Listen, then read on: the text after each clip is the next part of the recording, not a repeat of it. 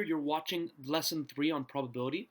This lesson will go over and focus on fractions and probability and how to use fractions to calculate probability. If you recall from our first lesson, you can represent probability as decimals, as percentages, and as fractions. So we're going to focus on the fraction part because it makes calculating probabilities very easy. Normally, you'll make your answer in probabilities a percent, but if you know how to use fractions, you can find them much more easily. So, as you know, probabilities can be shown as fractions, right? 30%, a 30% chance is the same as saying 3 over 10. And if you don't know that you can how to turn 30% into 3 over 10, well, remember, percent means out of 100.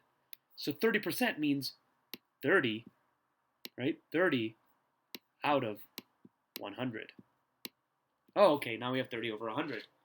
Simplify that fraction, and you'll end up with 3 over 10. So if you don't know immediately what 30% is as a fraction, well, it's the same as saying 30 out of 100. Simplify through.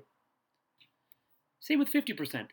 50% is saying 50, right, out of 100. And so you can convert this and simplify it into 1/2. So if you can't quickly just look at a percentage and go, nope, that's this fraction, you can just turn it over 100 and you should be able to simplify. You can use fractions to calculate the probabilities of 2 or more events. So let's take an example. Let's say we have a die and a spinner. What is the probability? What is the probability of getting a 2, or a 3 on the die and a green or a red on the spinner? Right? We're looking for the probability of getting a 2 or a 3 on the die, and so 2 or 3, and a green, right? A green or a red on the spinner. That's terrible, but yeah. Green, red. How could we find the probability? Well, you could make a tree, right? You could go 1, 2, 3, 4, 5, 6, and then get every color that matches up with every number. Well, in the previous lesson, we talked about how if you start getting a lot of results and a large sample space, a large number of outcomes, the tree starts to look messy. So alternatively, we could use a table. Makes it nice and neat, right? We could add all the colors of our wheel here, the 8 colors here. We could add them here, red, blue, green, etc., etc., etc. We could add the numbers of our die, 1, 2, 3, 4, 5, 6. And then we could just put in each outcome in each box as we go along. And we would get our sample space. So if I were to do this, we would end up with something like this. Okay, so we have the colors, right? We have red, blue, orange, green, yellow, purple, pink, and light blue, just like our color wheel here. And then we have our die, 1, 2, 3, 4, 5, and 6. Well, then you just match up each result. 1 with red, 1 with blue, 2 with red, 2 with blue, and so on and so forth, until you fill out your sample space. And then when you look at it, you can calculate your sample space by looking at, oh, well, we have a row length, the length of our row of 1, 2, 3, 4, 5, 6, 7, 8. Well, how many 8s do we have? A row of 8, 1, 2, 3, 4, 5, 6 times. We have 6 rows of 8. 6 times 8, which is 48, right? We end up with a sample space of 48 because we have 6 rows of 8. Well, how many outcomes do we want? Well, the question's asking for 2 or 3 with green or red. 2 or 3 with green or red. So we have these ones. So we have 4 outcomes that we want. So we could just go like this. We could go, okay, our calculation for probability is outcomes we want divided by our sample space, or total number of outcomes. So it'd be 4 over 48. All right, 4 over 48, which is the same as saying 1 over 12. Now, if you can't do this quickly in your head, you could just, divide this by 2, divide this by 2, and then divide it by 2 again, and you'd end up with 1 over 12. right? 4 over 48 divided by 2 is 2 over 24. Divided by 2 is 1 over 12. And that's our probability, 1 over 12. And we can use our calculator to calculate the decimal and the percent. So from the table, we know our sample space is 48. The number of outcomes we want is 4. So the probability is 4 over 48, or 1 out of 12. Is there a faster way? Because that table took forever, right? If you had to answer this question on a test, you'd have to write down your columns, write down your rows, make your table, then write down every single result in your table, then find your sample space, then find the number of outcomes the question asked for. This is an example where now the sample space is starting to get so big and the table is so clunky that it works and it shows you everything and it explains everything, but it takes too long. So yeah, this table is great. This table is awesome, but it doesn't meet our time constraints, right? You don't want to spend an hour during an assignment or a test writing out a table. So is there a faster way? Well, I'll show you. The way you do it is you find each probability separately. You find the probability of each outcome separately. So getting the 2 or 3, well, that refers to the die, of course, because you can't get 2 or 3 on a color wheel. So the probability of getting 2 or 3 on a die, what's the probability of getting that? And what's the probability of getting green or red on the spinner? Well, the probability of getting a 2 or 3 on a die, well, again, we just do our same calculation. What's our sample space? You should know a simple die, a regular old die, has 6 sides. You should also know that 2 or 3 is 2 outcomes. So there are 2 outcomes we want over our sample space of 6. So our probability is 2 over 6, right? And yeah, you could simplify this to make it 1 over 3. You could do that. I'm not going to, just because I like to simplify at the end, right? Let's say you simplify now, and then you may have to simplify again at the end of your answer. You're just making more work for yourself. So always simplify as your last step or your second last step, once you get your one fraction as an answer. So we know our probability of the die is 2 over 6. What's the probability of getting red or green?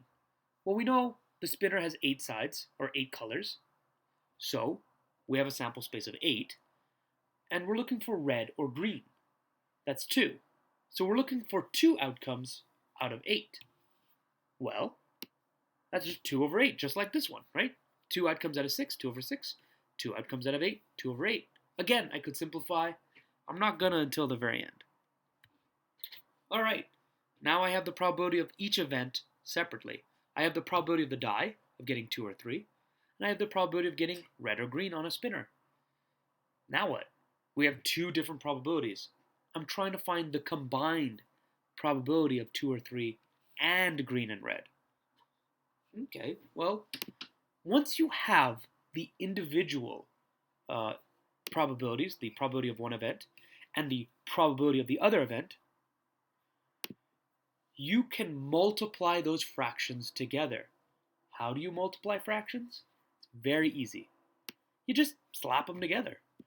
Now, a common mistake people will make is they will say, oh, look at these denominators.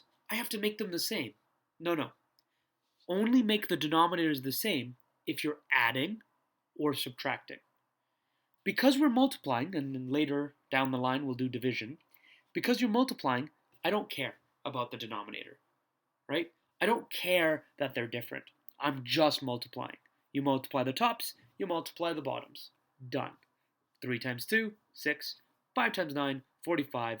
Then you simplify into 2 over 15. You're done. You don't have to worry about making the denominators the same. You don't have to worry about multiplying the different numbers. You just slap them together. It's like you're doing 2 different multiplication questions at the same time. It's easy, right? You got it. Awesome. So in class, we'll do some practice questions. Practice these multiplications. It's good for your training your multiplication skills because, again, multiplication comes up a lot. and it gets you used to another unit we'll be doing later. So, back to our question. What is the probability of getting a 2 or a 3 with green or red? Well, we know the probability of getting a 2 or 3, well not and 3, a 2 or 3, is 2 over 6. We also know the probability of getting red or green is 2 over 8. And I said, when you have two different probabilities and you're trying to find what the new probability is when you put those probabilities together, so when you're trying to find the events, the probability of getting these two events together, you multiply them. So you would just go 2 over 6 multiplied by 2 over 8. 2 times 2 is 4. 6 times 8, 48. Awesome. 4 over 48. That looks familiar. It is the exact same thing we did here. 4 over 48. Right? Simplify. Done. So rather than making a table, I found the probability of one event. I found the probability of the other event. Slap them together using multiplication, and you're done. You have your answer.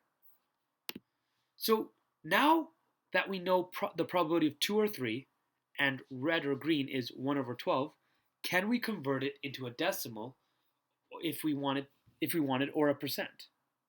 Right? So as a decimal, 1 divided by 12, I'm just going to go fast now, is 0.083. Right? So we have 0.083.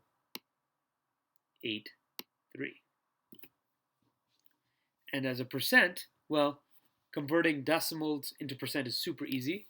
These would be our tens in our percent. These would be our ones in our percent. And this would be past the decimal, right? Because remember, you just moved the decimal over 2 spots. So the percent using our decimal is 8.3%. Notice how I have 0.83 here, and it's 8.3 because I take the decimal, right? I take our decimal 0. Sorry about that messy writing. 83. Sorry, not 0.83. Let me fix that. 0.083, right? And when I convert a decimal into a percent, I just take the little guy, this little guy, and I go boop, boop. Now my decimal is here between the 8 and the 3. And I don't want to lead with zeros, so they cancel out. Now I have 8.3%. And now I can convert my fraction into a decimal and into a percent. And so I can give my answer all 3 ways, but the main way in which I calculated my percent was using fractions. So fractions make calculating percentages much, much easier. So when you're trying to find out the probability of 2 or more events, like our die and our spinner, you just multiply the probabilities. You find the probability of one event, the probability of the other event, and you get an answer. So here we have a spinner, right? We have a spinner, we have a coin, and a die. Well, we're trying to find the probability of getting what? Well, we're looking for the probability of getting red, heads, and a 4 or 3. Well, we take each outcome on its own. What is the probability of getting red? Right? We have 1, 2, 3, 4, 5, 6, 7, 8. Right? 1, 2, 3, 4, 5, 6, 7, 8. Yeah. We have 8 total outcomes. All right. Right? Oh, sorry. We have 8 total outcomes. And we have 2 spots that are red. So we have 2 chances on our wheel that make it red. And on our coin, well, there's 2 sides, so there's only 2 possible outcomes. And you're looking for one of them, heads.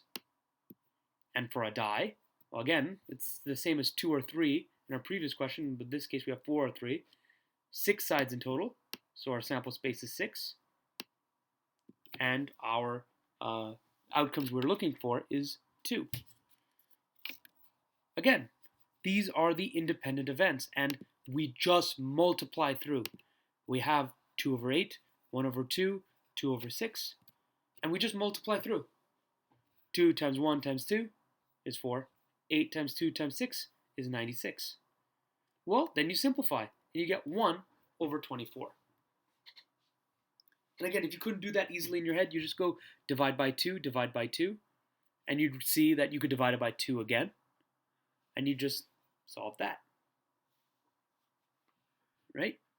So if you were to simplify by 2, you would get 2, sorry, that's an ugly 2, 2 over, right, 48, right, that's half of 96. And then you could simplify again because you see this is even, and you could get your answer here again. So this is an extra middle step if you couldn't just quickly jump to this. But again, you'd still end up with the right answer. So when you have different events and you're trying to find the probability of these combined events of getting red and heads and 4 or 3 on the die, well, you find the probability of each event on their own, and you just multiply through. So we're going to do some questions, page 432, questions 4, 5, 6, 10, 11, and 16. So we're going to do these questions here, and hopefully this made sense. If not, please review or come find me. I'll see you next lesson.